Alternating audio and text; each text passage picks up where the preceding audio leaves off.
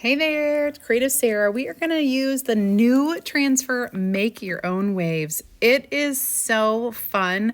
It's an easy peasy, lemon squeezy, simple one and done transfer.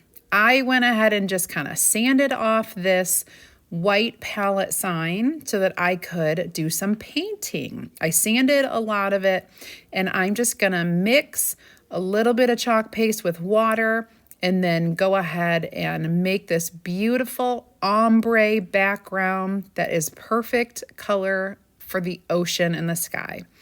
Then I'm just going to dry it off, make sure it's completely dry. I dabbed off any little bits of water that were around there. And I want a little bit more blue up at the top. There we go.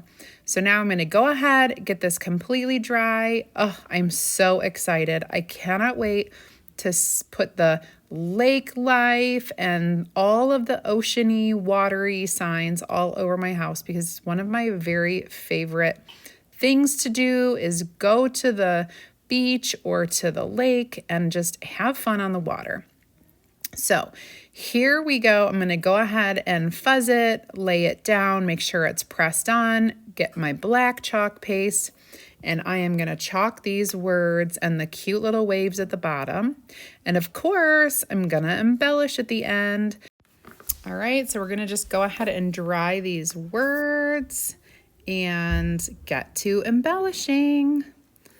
Really, really cute stuff. Of course, what says lake water better than some nice, thick rope?